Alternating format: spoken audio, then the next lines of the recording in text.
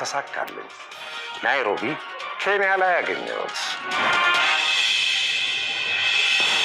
ባለፉት 10 ዓመታት በኢትዮጵያ የፖለቲካ ሂደት ውስጥ ግንባር ቀደም ከሚባሉት የሀገራችን ፖለቲከኞች መሃል አንዱ ሆኖ ይጠቀሳል።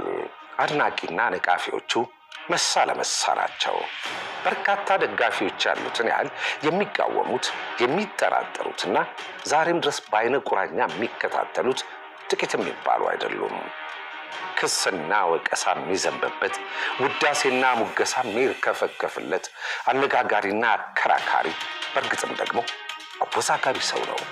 እኔ ከመታሰሬ በፊት ሁለት ነገር እየመጣ እንደሆነ እርግጠኛ ነበር። ወይ እገደላለሁ ወይ እታሰራለሁ። እና ቤቴ ውስጥ 2 ሻንጣ አዘጋጅቼ ነበር። አንደኛው ፒጃማ ያለው እስር ቤት የሚሄድበት፣ አንደኛው ነጭ ጣቃ ያለበት የምቀበርበት።